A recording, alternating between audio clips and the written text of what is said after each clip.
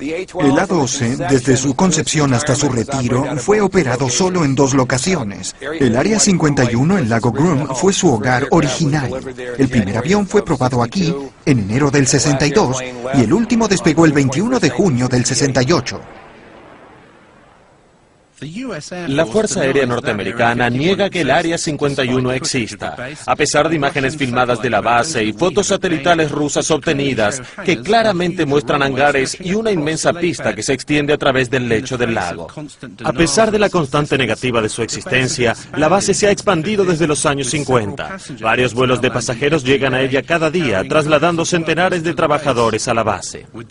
Con este nivel de personal, las pocas reparticiones que pueden observarse por sobre el nivel del suelo son meramente la fachada de una inmensa edificación subterránea.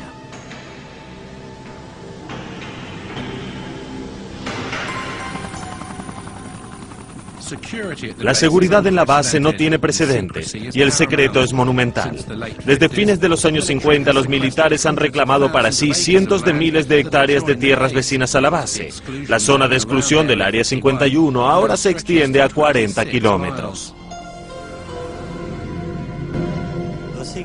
El estatus secreto de la base está muy preservado, y aun si la gente habla de las operaciones con los B-52 allá por los años 50, hace 50 años, aún no pueden identificar la base por su nombre o por su locación. Solo pueden decir que era una instalación remotamente ubicada.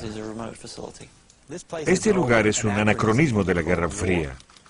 Este es un lugar que recuerda a los viejos días, y al tratarlo como una localidad que ni siquiera existe, atrae mucho la atención. Naturalmente, todo el mundo quiere saber qué ocurre allí. No se cuestiona la existencia de esas instalaciones, que el gobierno habló de ellas muy poco en el pasado, que tiene el derecho de probar aviones como el U-2, el SR-71, el Stealth. La gente se olvida del avión Stealth. Más de $100 millones gastados en su desarrollo y una década antes de que su existencia siquiera se anunciara. Eso es lo que se hace en Lago Groom. Ahora la pregunta verdadera que surge es, ¿habrán platos voladores allí? Fuimos al cielo para ver la base por nuestra cuenta. Volando a una altitud de 3.000 metros, llegamos a 1,5 kilómetros de la zona de restricción. Habiendo hecho contacto con la torre, pronto descubrimos lo seriamente que el Área 51 preserva su espacio aéreo.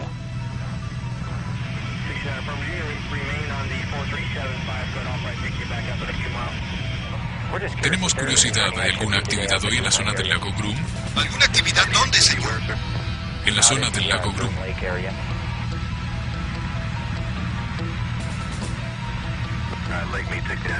No tenemos información disponible.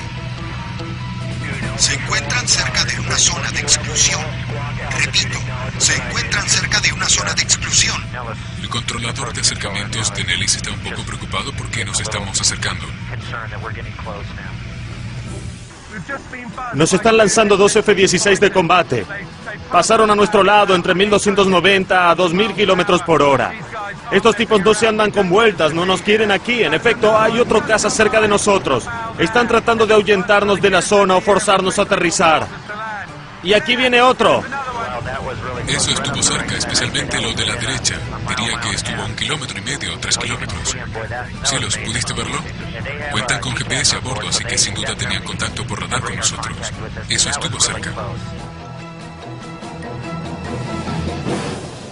En 1989, un hombre destapó el secreto de Dreamland. Su nombre es Bob Lazar y dice haber trabajado en Lago Groom en una nave espacial alienígena recuperada. La base está al pie de una montaña pequeña o una colina grande. Hay 9 puertas de hangares y no relucen en medio del desierto. Están pintadas o rociadas con algo que les da textura arenosa y según lo que puedo aseverar, esto es para que no tomen fotografías satelitales de las instalaciones y se mimetice con el entorno serrano. Era bastante efectivo, según pude ver. En la primera ocasión que llegué allí, todas las puertas de los hangares estaban cerradas, pero al estar cerca, uno se da cuenta cuáles son las puertas que se deben abrir. Dimos una vuelta por el lado izquierdo de las instalaciones y había una entrada principal allí. Pasamos unos portones y el puesto de seguridad. Luego entramos y era una típica repartición del gobierno.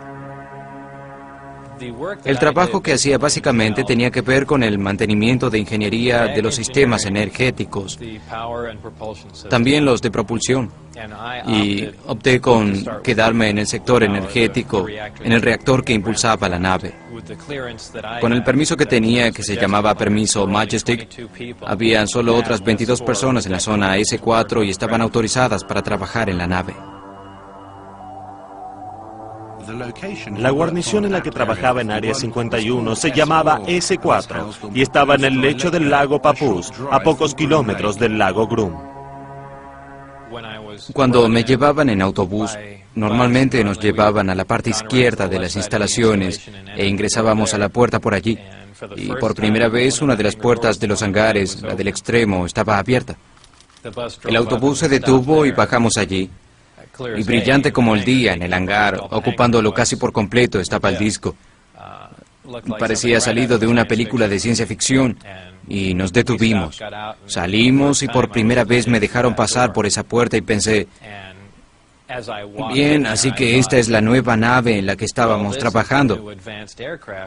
La gente ve platillos voladores porque son nuestros y los estamos probando, quizá desde hace muchos años. Y cuando entré en él, pasé mi mano. Diría que era metal, porque era frío. Así que supongo que era alguna clase de metal. Y de hecho, por una escotilla que había sido arrancada, había una apertura y tenían una bandera norteamericana clavada. Así que no me quedaban dudas de que era algo que habíamos fabricado. Una vez me permitieron ingresar a la nave para ver la ubicación de los sistemas en caso de que fuera importante trabajar en la nave. Obviamente me acompañaron y estaba hecha para ser piloteada por alguien más pequeño que un ser humano normal. Todo era muy estrecho allí. Había un piso inferior que se abría por una abertura en el piso, por el que pasé la cabeza y el torso para ver con linterna cómo los amplificadores de gravedad estaban colocados. Vi a mi alrededor y había 3 asientos más. Los asientos eran una tercera o cuarta parte del tamaño de un asiento normal.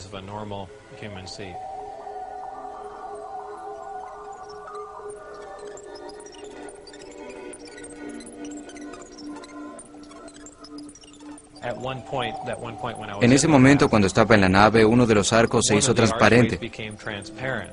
Había unos técnicos trabajando en algo que no conocía, y algo comenzó a correr en la pantalla, así que es posible que la cubierta de la nave, ya sea por influencia eléctrica o alguna otra cosa, a veces se hacía transparente, para ver desde afuera hacia adentro o para ser usada como una suerte de pantalla de video. Eso fue asombroso. Cuando salí de ella parecía un trozo de metal liso nuevamente.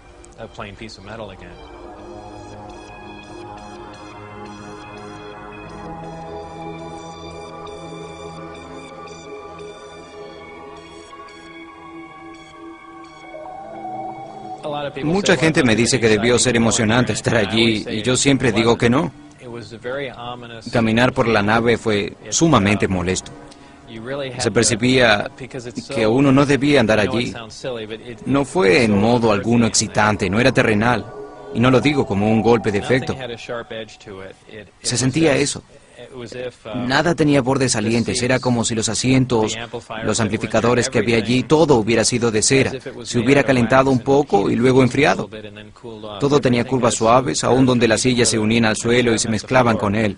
Era como si la nave entera hubiera sido moldeada a inyección.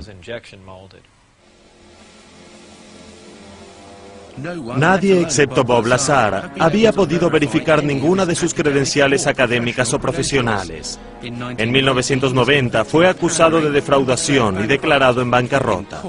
En la corte simplemente describió su ocupación como procesador de fotografía autónomo.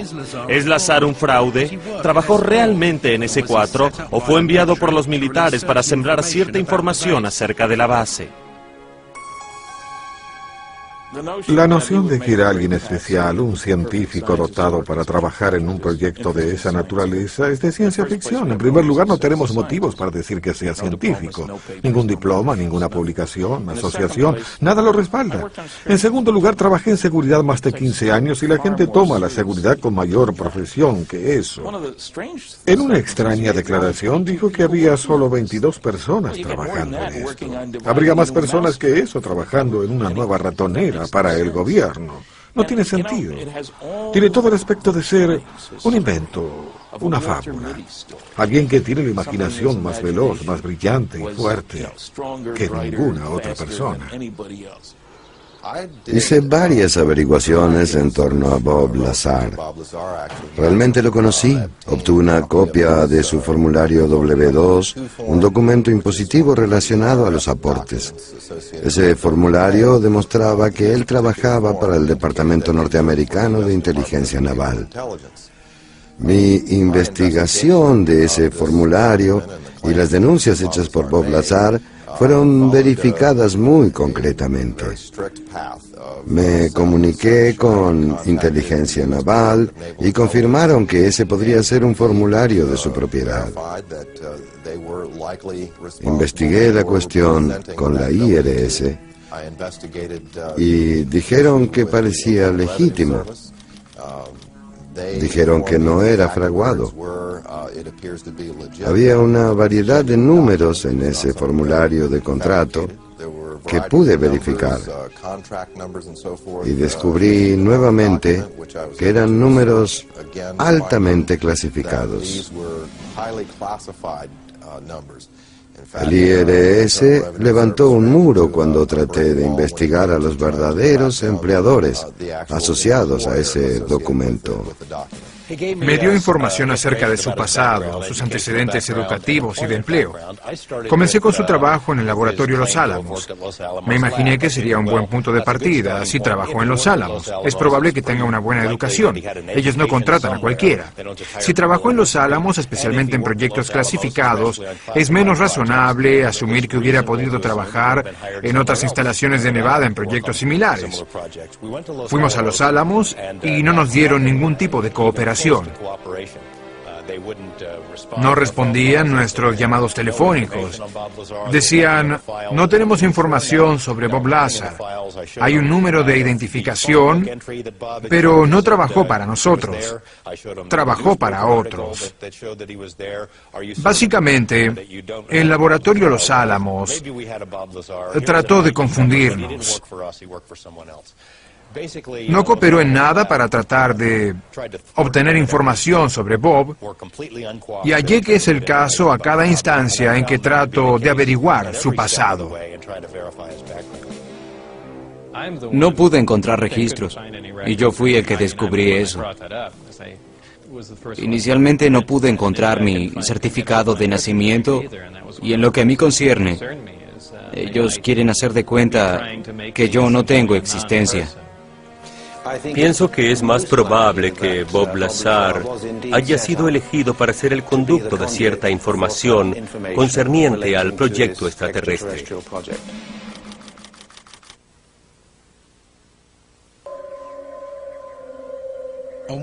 En una ocasión, Bob Lazar presenció las pruebas de un plato volador. Fui llevado al hangar para pruebas de corta duración, y la nave ya estaba afuera, sobre el lecho del lago. Se elevaba en silencio, iba un poco a la deriva y luego volvía a bajar en silencio. Se veía maravillosamente, era enorme. Era como ver una casa despegar del suelo en silencio.